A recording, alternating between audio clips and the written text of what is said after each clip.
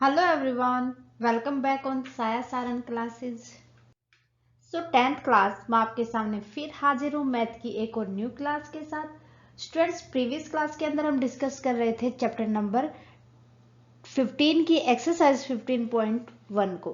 Previous class के अंदर हमने क्वेश्चन नंबर 22 तक डिस्कस कर लिए थे। सो अगर आपने अभी तक वो क्वेश्चंस की क्लास नहीं देखी है तो प्लीज प्लेलिस्ट में जाके देख ले।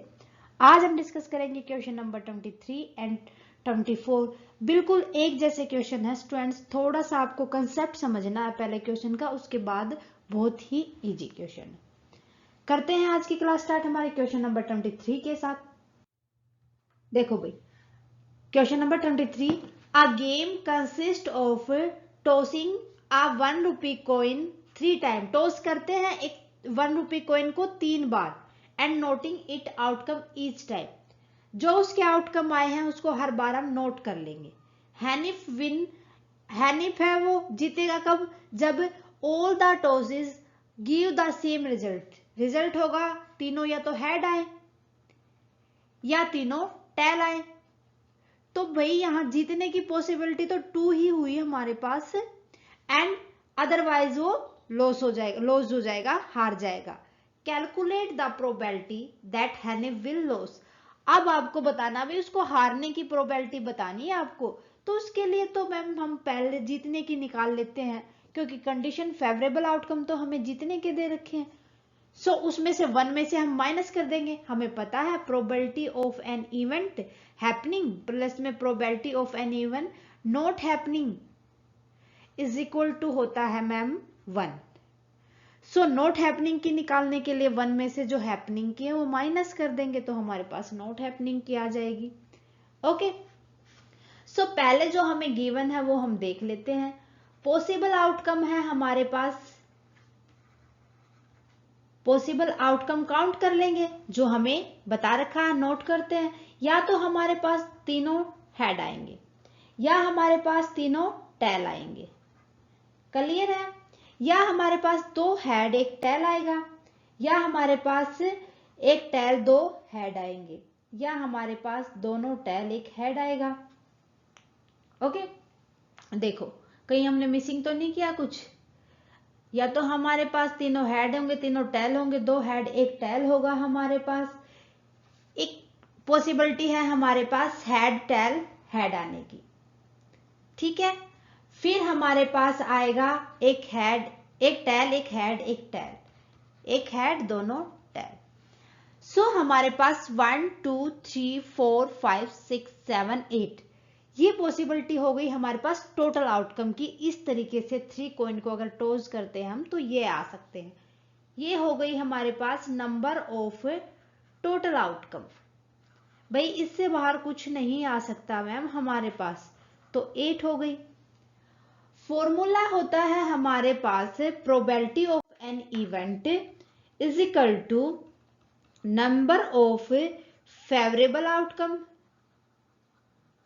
डिवाइड कर देंगे हम उसको नंबर ऑफ टोटल आउटकम से। कर दो भाई टोटल आउटकम से। अब टोटल आउटकम तो आ गए हमारे पास, नंबर ऑफ फेवरेबल आउटकम।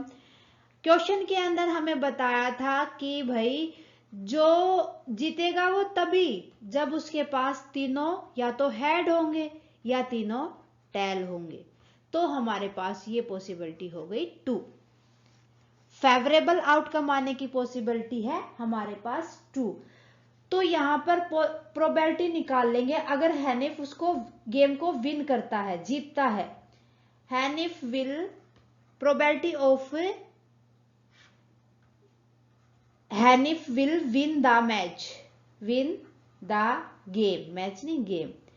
सो हमारे पास नंबर ऑफ फेवरेबल आउटकम है 2, टोटल आउटकम थे हमारे पास 8, तो हमारे पास प्रोबेबिलिटी आ गई 1/4। क्लियर है? ठीक है। अब हमें तो निकालनी थी probability of Hanif will lose the game. अगर वो गेम को हार जाता है तो देखो मैंने बताया था आपको 1 के इक्वल होती है probability of happening an event and not happening an event. Clear है? सो 1 में से हम माइनस कर देंगे हैपनिंग की, तो हमारे पास ये आ जाएगा 4 माइनस में 1/4 या 3/4। Answer is 3/4। क्लियर है? मेरे ख्याल से ज्यादा मुश्किल कुछ नहीं है स्टूडेंट। ओके, नेक्स्ट देखते हैं question number 24। A dice is throne twice. हम 2 बार एक डाइस को थ्रो करते हैं, तो डाइस पे नंबर होते हैं हमारे पास 6 और 2 टाइम करना है इसको हम। What is the probability? अब इसको मल्टीप्लाई 2 से नहीं करेंगे टोटल आउटकम निकालने से, 6 × 6। क्लियर है? So what is the probability that 5 will not come up either time? किसी भी टाइम 5 ना आए। सेकंड पूछा गया आपसे 5 will come up at least 1, कम से कम एक बार तो 5 आए। सो यहां पर आपको हिंट दे रखा है, थ्रो अ डाइस ट्वाइस, 2 बार उस डाइस को फेंको, and throwing 2 dice simultaneously are treated as the same experience. जिस तरीके से हमने एक बार थ्रो किया था, फिर जो रिजल्ट आता है एक्सपीरियंस लेते हुए, उसको हम दोबारा से फिर से काउंट करते जाएंगे, सेम तरीके से 2-2 बार दोनों को एक साथ फेंकते जाए। ठीक है, देखो। सो हमारे पास यहां पर पॉसिबिलिटी हो जाती है आने की। टोटल नंबर ऑफ पॉसिबिलिटी मैंने बताया था अभी, टोटल नंबर ऑफ आउटकम्स, यहां पर टोटल नंबर ऑफ आउटकम हो जाएंगे 6 एक बार आएगा, 6 एक बार, 6 6 जा 36। क्लियर है इतना? सो यहां हम देखेंगे 5 आने की, सेम लास्ट क्वेश्चन की तरह स्टूडेंट्स पहले निकाल लो आने की, 1 में से उसको माइनस कर दो, ना आने की आ जाएगी, है ना? तो यहां निकाल लेंगे हम सबसे पहले टोटल नंबर ऑफ, फर्स्ट को सोल्व करते हैं, टोटल नंबर ऑफ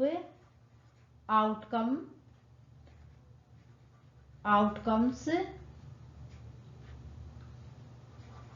ठीक है, आउटकम्स व्हेन 5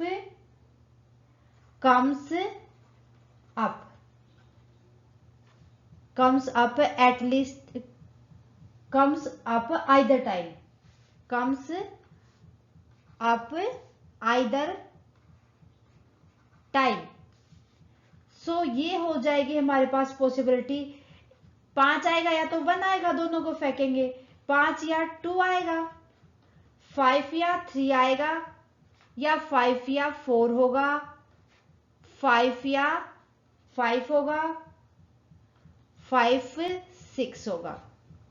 चलिए दूसरे से हम फिर ट्राई करेंगे, या तो हमारे पास 1 और 5 होगा, या 2 और 5 होगा, या 3 and 5, 3 और 5, 4 and 5, 5 and 5, या 5 and 6, ये हो सकते हैं हमारे पास।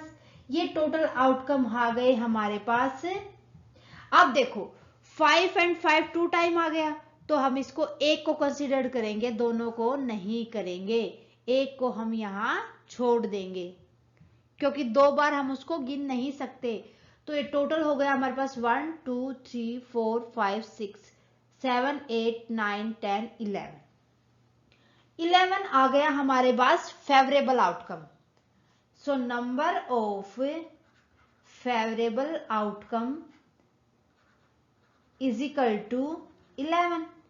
प्रोबेबिलिटी निकालते हैं हम, तो प्रोबेबिलिटी ऑफ एन इवेंट अब हमारे पास हो जाएगी। नेक्स्ट देखो, ये सेकंड पार्ट है, probability of an event means 5 कम की प्रोबेबिलिटी बतानी है यहां पर, वो हो जाएगी हमारे पास 11 यहां पर 5 आने की है, मैं लिख देती हूं ताकि डाउट ना हो कोई भी। देखो यहां आपको बताया गया है कि प्रोबेबिलिटी ऑफ 5 विल कम,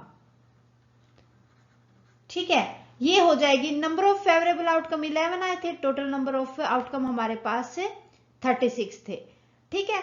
अब number of 5 will not come, will not कम ना आने की पूछी गई, मैंने बताया था आपको 1 में से इसको 11/36 को माइनस कर दो, ये आ जाएगा हमारे पास 36 माइनस में 11/36 मीन्स हो जाएगा हमारे पास 25/36। ये आ गई हमारे पास probability of if 5 will not come either time.